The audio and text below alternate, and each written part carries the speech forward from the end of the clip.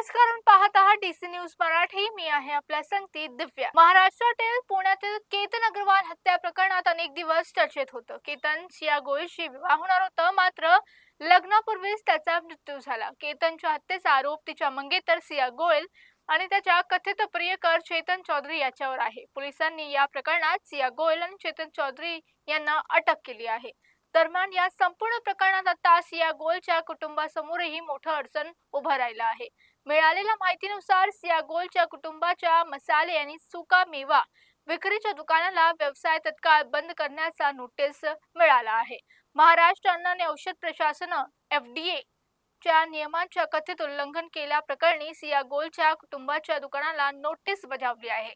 या नोटीस प्रमाणे पुढील आदेश येईपर्यंत दुकानातील सर्व व्यावसायिक व्यवहार बंद ठेवण्याचे निर्देश देण्यात आले आहेत. सूत्रांच्या माहितीनुसार हे दुकान Mrs BG Goyal and company या नावाने चालवलं जात होतं. सध्या या दुकानात पुण्यातील मध्यवर्ती मार्केट यार्ड परिसरात असून ते सिया गोयलच्या कुटुंबाच्या मालकीचं असल्याचं समोर आलं. FDIच्या अधिकाऱ्यांनी दुकानाची तपासणी करून खाद्यपदार्थाचे 4 नमुने घेतले. तपासादरम्यान उत्पादनावरील चुकीचं किंवा पूर्ण माहिती असेल तर संभाव्य भेसळीचे संशय आल्यास सुमारे 8.14 लाख रुपयांचा 4172 किलो मसाला जप्त करण्यात आला. तसेच दुकानाच्या परवान्यात आवश्यक सुधारणा करण्यात आलेल्या नसल्याचेही FDAने नमूद केलं.